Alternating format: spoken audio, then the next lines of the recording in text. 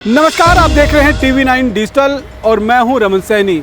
आइए बात करते हैं जम्मू कश्मीर से जुड़ी 5 बड़ी खबरों की। पहली खबर जम्मू से रवाना हुए बाबा बर्फानी के पहले जत्थे से जुड़ी हुई है। बाबा बर्फानी के भक्तों का लंबा इंतजार आखिरकार खत्म हो गया है। अमरनाथ यात्रा 2026 के लिए पहला जत्था जम्मू के भगवती नगर यात्री निवास बेस कैंप से पवित्र गुफा की ओर रवाना हो चुका है। गुरुवार सुबह करीबन 4:50 पर जम्मू कश्मीर के उपराज्यपाल मनोज सिन्हा ने हरी झंडी दिखाकर श्रद्धालुओं को रवाना किया। इस दौरान विधानसभा में नेता विपक्ष सुनील शर्मा समेत कई जनप्रतिनिधि और प्रशासनिक अधिकारी भी मौजूद रहे। इस बार पहले जत्थे में कुल 4,822 श्रद्धालु शामिल हैं, जिन्हें 269 काफिले के वाहनों के काफिले के साथ रवाना किया गया है। इनमें 2510 श्रद्धालु 112 वाहनों में पहलगांव के लिए निकले हैं, जबकि 2312 श्रद्धालु 147 वाहन के जरिए बालटाल मार्ग की ओर रवाना हुए हैं। बालटाल मार्ग से जाने वाले श्रद्धालु 3 जुलाई को बाबा बर्फानी के दर्शन करेंगे, जबकि पहलगांव मार्ग से जाने वाले श्रद्धालु 4 जुलाई को पवित्र गुफा पहुंचेंगे। भगवती नगर बेस कैंप में सुबह से ही श्रद्धालुओं का उत्साह देखते ही बन रहा था। हर हर महादेव और बम बम बोले के जय घोष और जयकारे से पूरा परिसर गूंज उठा। कई श्रद्धालु पहली बार बाबा बर्फानी के दर्शन के लिए निकले हैं, जबकि कुछ ऐसे भी हैं जो पिछले 14 सालों से लगातार अमरनाथ की यात्रा कर रहे हैं। सभी श्रद्धालुओं के चेहरे पर बाबा के दर्शन की खुशी और उत्सुकता साफ दिखाई दे रही थी। यात्रा को सुरक्षित बनाने के लिए प्रशासन ने कड़े सुरक्षा इंतजाम भी किए हैं। जम्मू से लेकर पवित्र गुफा तक पूरे यात्रा मार्ग को सुरक्षा बलों की तैनाती की गई है। जम्मू श्रीनगर राष्ट्रीय राजमार्ग पर भी सुरक्षा का मजबूत घेरा बनाया गया है। जगह जगह चेकिंग, निगरानी और गश्त की जा रही है, ताकि किसी भी श्रद्धालु को कोई भी परेशानी ना हो। 3 जुलाई से शुरू होकर 28 अगस्त तक चलने वाली 57 दिनों की ये यात्रा प्रशासन के लिए एक बड़ी जिम्मेदारी है। उपराज्यपाल मनोज सिन्हा ने लोगों से बातचीत की और उनको शुभकामनाएं देते हुए विश्वास जताया कि ये इस वर्ष अमरनाथ यात्रा अपने पिछले सभी रिकॉर्ड जो हैं वो टूट जाएंगे और बड़ी संख्या में श्रद्धालु बाबा बर्फानी के गुफा के में पहुंचेंगे। अगली खबर टीडीपी के लगातार खैबर पख्तूनख्वा में हो रहे हमले की है। पाकिस्तान के खैबर पख्तूनख्वा प्रांत में एक बार फिर टीडीपी की गतिविधियां बढ़ने की जानकारी सामने आ रही है। तहरीके तालिबान पाकिस्तान यानी कि टीडीपी ने दावा किया है कि उसने 1 जुलाई 2026 को पूरे खैबर पख्तूनख्वा में 12 अलग अलग हमले किए हैं। टीटीपी के ये दावे और बयानों के मुताबिक सबसे ज़्यादा 6 हमले उत्तर वजीरिस्तान में किए गए हैं।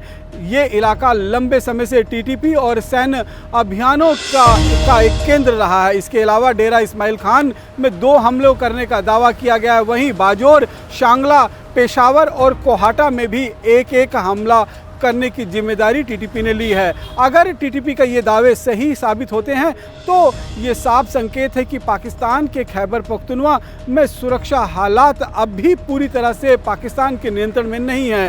बीते कुछ वर्षों में पाकिस्तान की सेना ने कई बड़े अभियान इस इलाके में चलाए हैं, लेकिन उसके बावजूद टीटीपी लगातार हमलों का दावा करता रहा है। यही वजह है कि पाकिस्तान की सुरक्षा एजेंसियों के सामने टीटीपी सबसे बड़ी चुनौती बना हुआ है। विशेषज्ञों का भी मानना है कि अफगानिस्तान में बदले हालात के बाद टीटीपी पहले से और ज़्यादा सक्रिय हुआ है। खैबर पख्तूनख्वा और उससे लगे कबाली इलाकों में संगठन लगातार अपनी मौजूदगी दर्ज करने की कोशिश कर रहा है। यही कारण है कि आए दिन सुरक्षा बल और टीटीपी के बीच मुठभेड़ की खबरें सामने आती रहती हैं।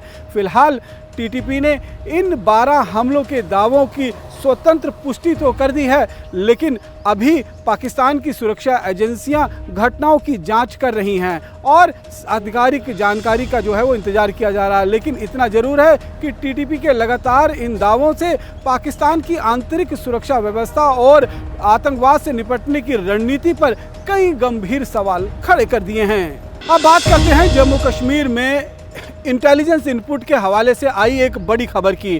खुफिया एजेंसियों ने सीमा पार से ड्रोन के जरिए हथियार गिराए जाने की साजिश को लेकर एक बड़ा अलर्ट जारी किया है। एजेंसियों को मिली इनपुट के मुताबिक पाकिस्तान में बैठे आतंकी हैंडलर जम्मू के सांबा और कठुए सेक्टर में अंतर्राष्ट्रीय सीमा के रास्ते हथियार और गोला बारूद भेजने की तैयारी कर रहे हैं। सूत्रों के अनुसार पिछले 2 से 3 दिनों के दौरान पाकिस्तान के सियालकोट जिला के बदाला गुंजरा इलाके में कई पाकिस्तानी आतंकियों और हैंडलरों की गतिविधियां देखी गई हैं। माना जा रहा है कि इन बैठकों में भारतीय सीमा के अंदर ड्रोन के जरिए हथियार पहुंचाने की योजना बनाई गई है। खुफिया एजेंसियों का कहना है कि अगले 2 से 3 सप्ताह के भीतर सांबा और कठुआ सेक्टर में ड्रोन से हथियार गिराने की कोशिश की जा सकती है। आशंका ये भी है कि इन हथियारों को जम्मू कश्मीर में सक्रिय आतंकियों तक पहुंचाकर अमरनाथ यात्रा को निशाना बनाने की साजिश रची जा रही है। इस इनपुट के बाद सीमा सुरक्षा बल, जम्मू कश्मीर पुलिस और अन्य सुरक्षा एजेंसियों को हाई अलर्ट पर कर दिया गया है। अंतर्राष्ट्रीय सीमा पर निगरानी बढ़ा दी गई है, ड्रोन विरोधी सिस्टम सक्रिय कर दिए गए हैं और संवेदनशील इलाकों में गश्त और तलाशी अभियान भी तेज कर दिए गए हैं। सुरक्षा एजेंसियों का मानना है कि अमरनाथ यात्रा के दौरान आतंकी संगठन किसी भी बड़ी वारदात को अंजाम देकर माहौल खराब करने की कोशिश कर सकते हैं। इसी वजह से यात्रा मार्ग, बेस कैंप, लंगरस्थानों और सीमा से जुड़े इलाकों में सुरक्षा के अतिरिक्त इंतजाम किए जा रहे हैं। जवानों को हर संदिग्ध गतिविधि पर नज़र रखने और तुरंत कार्रवाई करने के निर्देश दिए गए हैं। हालांकि एजेंसियों ने स्पष्ट किया है कि ये एक खुफिया इनपुट है और इसे पूरी गंभीरता से लेते हुए सभी सुरक्षा इंतजाम मुकम्मल किए जा रहे हैं। फिलहाल यात्रियों से अपील की गई है कि वो किसी भी तरीके की अफवाह पर ध्यान न दें और सुरक्षा बलों द्वारा जारी किए गए दिशा निर्देशों का पूरी तरीके से पालन करें। अब बात करते हैं जम्मू में बिगड़े मौसम में चलते कुदरत के कहर की। जम्मू कश्मीर में मानसून के एंट्री के साथ ही कुदरत का कहर भी शुरू हो चुका है। पिछले 2 दिनों में पहाड़ी इलाकों में लगातार बादल फटने और भारी बारिश की घटनाओं ने भारी तबाही मचाई है। कई जगह सड़कें क्षतिग्रस्त हुई हैं, संपर्क मार्ग बंद हो गए हैं और लोगों को भारी परेशानियों का भी सामना करना पड़ रहा है। इस बीच अब किश्तवाड़ के सिंथन इलाके में भी दर्दनाक खबर सामने आ रही है। यहाँ आकाशीय बिजली गिरने से 100 से ज़्यादा भेड़ों की मौत हो गई है और चरवाहों का अस्थायी डेरा भी पूरी तरीके से तबाह हो गया है। लगातार बिगड़ता मौसम अब लोगों के साथ साथ पशुधन पर भी भारी पड़ता हुआ नजर आ रहा है। किश्तवाड़ के सिंथन टॉप के ऊंचाई वाले चारगाहों में उस समय अफरा तफरी मच गई जब गरज और चमक के साथ आकाशीय बिजली गिरी और बिजली की चपेट में आने से 100 से ज़्यादा भेड़ें मौके पर ही उनकी मौत हो गई।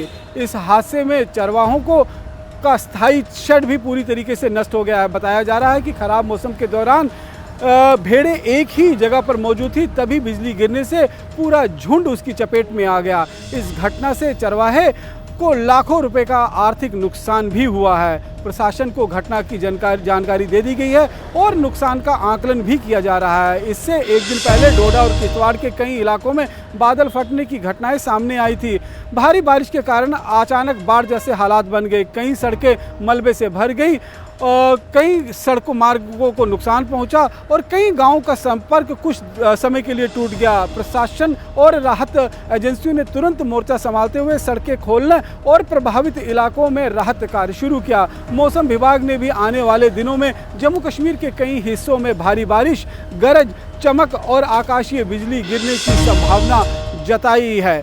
इसके साथ साथ में खासतौर पर पहाड़ी इलाके के लोगों और चरवाहों और यात्रियों को भी सतर्क रहने की सलाह दी गई है। प्रशासन ने खराब मौसम के दौरान नदियों, नालों और भूस्खलन संभावित क्षेत्रों से दूर रहने की भी अपील की है। लगातार हो रही इस प्राकृतिक आपदा ये संकेत दे रही है कि मानसून के शुरुआती दौर में ही जम्मू कश्मीर के पहाड़ी इलाकों में हालात चुनौतीपूर्ण बने हुए हैं। ऐसे में प्रशासन अलर्ट मोड पर है, जबकि लोगों से भी मौसम संबंधित चेतावनी का पालन करने और अनावश्यक यात्रा से बचने की अपील की जा रही है। अब एक जानकारी ईरान के सर्वोच्च नेता आयतुल्लाह खमेनी के अंतिम संस्कार में शामिल होने के लिए महबूबा मुफ्ती को मिले एक न्योते से जुड़ी हुई है। ईरान से ये बड़ी खबर निकलकर सामने आई है, जिसमें जम्मू कश्मीर की पूर्व मुख्यमंत्री महबूबा मुफ्ती को ईरान की ओर से एक फॉर्मल इनविटेशन भेजा गया है। ये निमंत्रण ईरान की सर्वोच्च नेता आयतुल्लाह सैयद अली खमेनी के अंतिम संस्कार में शामिल होने के लिए दिया गया है।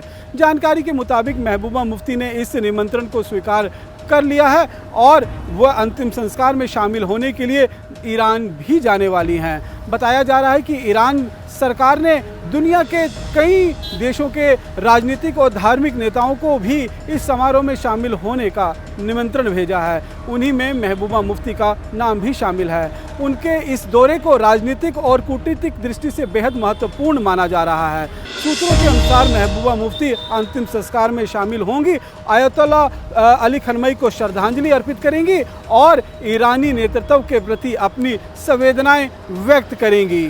उनके दौरे का विस्तृत कार्यक्रम जल्द ही जारी किया जा सकता है। महबूबा मुफ्ती के ईरान दौरे को लेकर जम्मू कश्मीर के राजनीतिक गलियारों में भी चर्चा तेज हो गई है। माना जा रहा है कि इस पर विभिन्न राजनीतिक दलों और नेताओं की प्रतिक्रियाएं भी सामने आ सकती हैं। हालांकि अभी तक उनकी पार्टी की ओर से यात्रा को लेकर पूरे कार्यक्रम की कोई विस्तृत आधिकारिक बयान जारी नहीं किया गया है।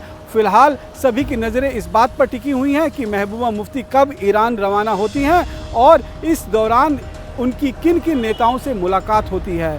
इस पूरे घटनाक्रम को भारत और ईरान के संदर्भ में भी बेहद अहम माना जा रहा है। फिलहाल जम्मू कश्मीर की खबरों में फिलहाल मेरे साथ इतना ही। बाकी देश दुनिया की तमाम खबरों को जानने के लिए आप देखते रहें TV9 भारतवर्ष।